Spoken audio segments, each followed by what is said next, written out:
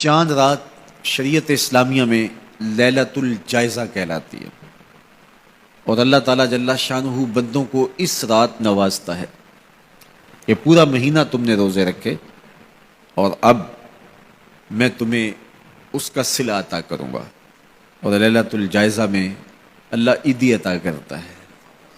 اور بندوں کو وہ عطا کرتا ہے جو وہ سوچ بھی نہیں سکتے کہ ہمارا مالک ہمیں کیا کیا عطا کرتا ہے۔ ہر شخص جو عیدی دیتا ہے وہ اپنی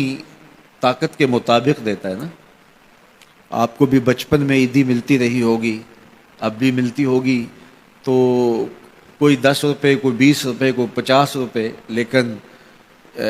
کوئی ایسا بھی ہوتا ہے کہ جس کے پاس فراوانیاں ہوتی ہیں تو پھر اس کی عیدی تو اس کی عیدی ہوتی ہے۔ تو ہر شخص اپنی کیپیسٹی کے مطابق ہی عیدی دیتا ہے نا۔ تو یار جب ایک عام آدمی 10-20 روپے دے دیتا ہے، لیکن جس کو اللہ نے بڑا نوازا ہو تو وہ پھر 500 روپے کا نوٹ آپ کو دیتا ہے کہ جناب یہ عیدی ہے آپ کی، تو پھر اللہ کتنی عیدی دیتا ہوگا، وہ کتنی کرم نوازیاں فرماتا ہوگا۔ تو یار جب عیدی لینے کا وقت ہو اس دن ہم بازار میں ہوں، جب عیدی لینے کا وقت، کچھ لوگ اپنے سارے کام اور ساری خریداری چاند رات کے اوپر چھوڑتے ہیں کہ اس رات کو ہم بازار جائیں گے۔ کچھ لوگوں کو شوق ہوتا ہے اس رات بازار جانے کا، حالانکہ بازار شر الاماکن، بری جگہ، سب سے بہتر جگہیں اللہ کے گھر مسجدیں ہیں، اور سب سے بدترین جگہیں بازار ہیں۔ تو مجبوری کے ساتھ بازار میں جایا جاتا ہے، آپ کی مجبوری ہے کچھ خریدنا، اور اگر آپ کاروبار کرتے ہیں تو آپ کی مجبوری ہے کچھ بیچنا، تاکہ آپ اس خرید و فروخت سے اپنے بچوں کا رزق کما سکیں یا اپنی ضروریات کو وہاں سے جا کے خرید کے لا سکیں، تو وہ مجبوری ہے۔ تو مجبوری کے لیے آپ وہاں جا سکتے ہیں، اور ہمیں حکم دیا گیا دیر سے جاؤ جلدی واپس آ جاؤ۔ مسجد میں حکم دیا گیا ہے جلدی جاؤ دیر سے واپس آؤ، اور ہمیں پتہ ہے کہ چاند رات کو رش کتنا ہوتا ہے، اور ہم اسی وقت کے لیے سارے کام چھوڑے ہوں جب کہ کندھے سے کندھا چھو رہا ہوتا ہے، اور مرد و زن کا اختلاط بھی وہاں ہوتا ہے، تو پھر اپنے آپ کو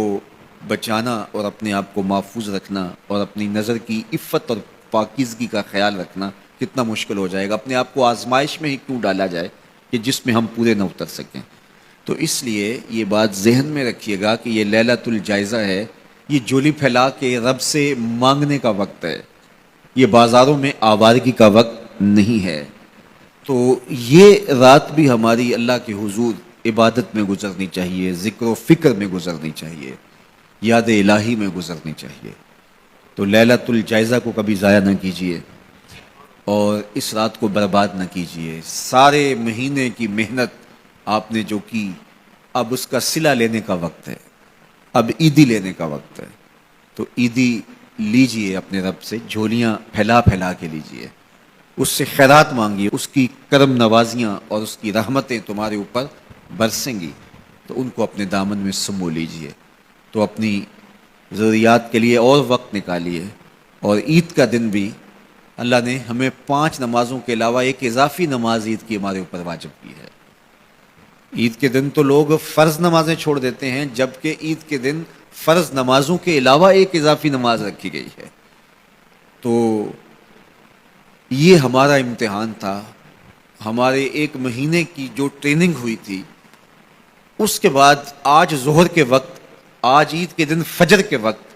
آج عصر اور مغرب کے وقت دیکھنا تھا کہ اس کا اثر ہماری روح میں کتنا اترا ہے۔ اور میں کہتا ہوں کہ جب مسلمان سارا مہینہ روزے رکھیں، تراویح بھی پڑھیں اور نمازیں بھی ادا کریں، اور عید کے دن فجر کے وقت مسجد میں نمازی نہ ملے، ظہر کے وقت آدھی صف ہو، تو شیطان تو بڑا خوش ہوتا ہوگا، وہ تو بڑا راضی ہوتا ہوگا کہ یہ پڑھتے تھے نمازیں اور تراویح اور کیا کیا کرتے تھے،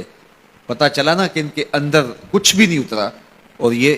جہاں کھڑے تھے اس سے بھی نیچے لڑک کے آ گئے۔ تو شیطان کو کبھی خوش نہ ہونے دینا، اللہ کے حضور سرخروئی اور کامیابی کے لیے دعا مانگتے ہوئے ماہ سیام سے رخصت ہوں۔ یہ گھڑیاں اللہ نے نصیب کی، گنتی کے دن انہیں کہا گیا ہے، تو یہ گنتی کے دن یوں ہی بیت جاتے ہیں، اور اسی طرح پوری زندگی بیت جاتی ہے، اور پھر جب آنکھ بند ہوتی ہے تو پھر آنکھ